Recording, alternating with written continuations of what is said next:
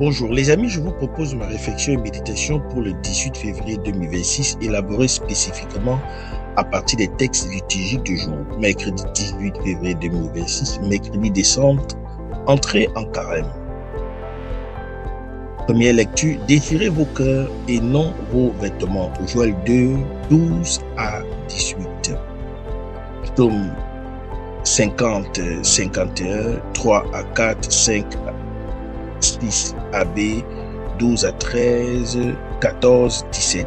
Pitié Seigneur, car nous avons péché.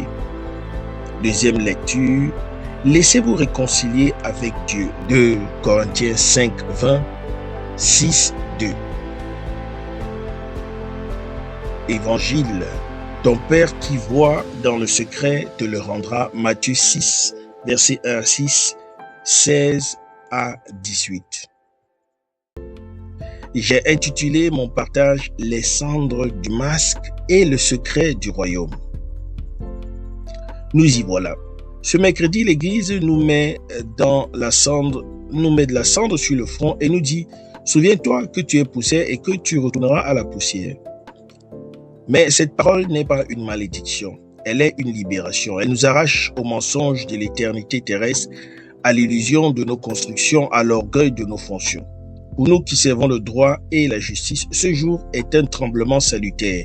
Nos lois, nos jugements, nos carrières, tout cela retournera en poussière.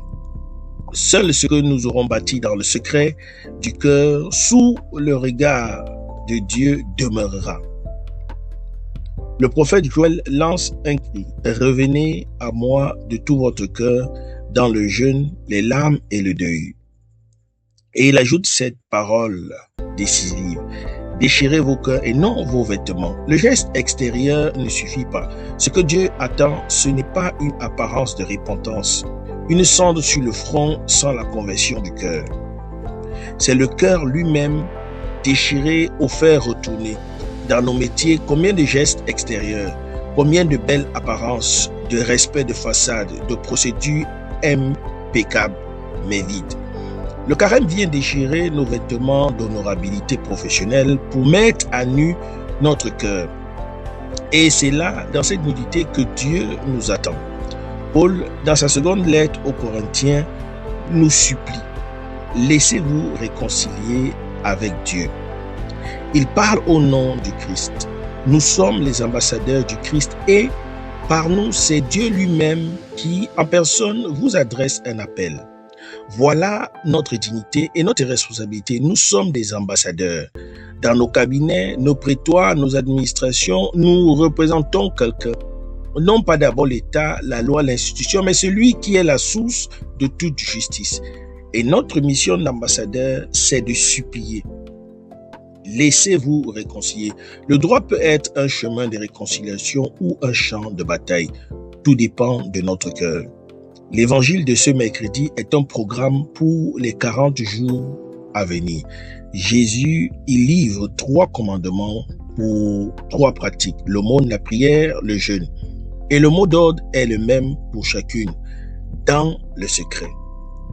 Quand tu fais l'aumône, que ta main gauche ignore ce que fait ta main droite. Quand tu pries, entre dans ta chambre, ferme la porte et prie ton Père qui est présent dans le secret.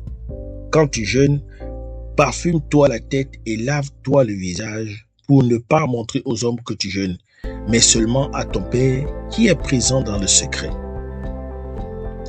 Pour nous, professionnels du droit, ce secret est une révolution. Notre métier est souvent affaire de visibilité, plaidoirie, audience, signature, publication, reconnaissance.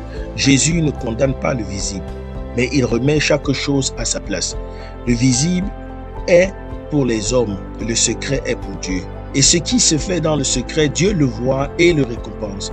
Qu'est-ce qui, dans votre pratique professionnelle, échappe au regard des hommes?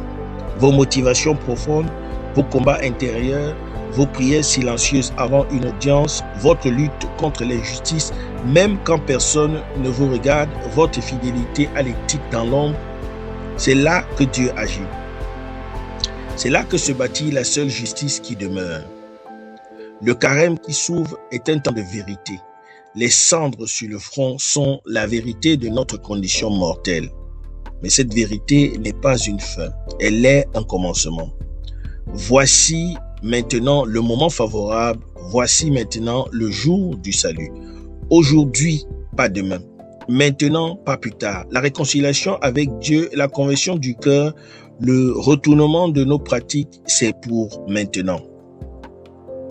Puissions-nous, en ce mercredi décembre, entrer dans ce temps de grâce avec un cœur déchiré et non des vêtements. Puissions-nous accepter de mourir à nos illusions professionnelles pour renaître à la seule justice qui compte, celle qui se vit dans le secret et que le Père voit. Puissions-nous, ambassadeurs du Christ, supplier ceux que nous servons de se laisser réconcilier en commençant par nous-mêmes. C'est mon souhait, ma prière pour vous tous et pour moi-même, pour ce carême qui commence. Merci d'avoir écouté. Bonne journée à tous et à tous. Bon temps de carême à tous et à toutes. Je suis la terre du Christ. Soyez des terres fécondes du Christ dans vos différents milieux de vie professionnelle, les hommes de loi et assimilés en particulier. Que Dieu nous bénisse.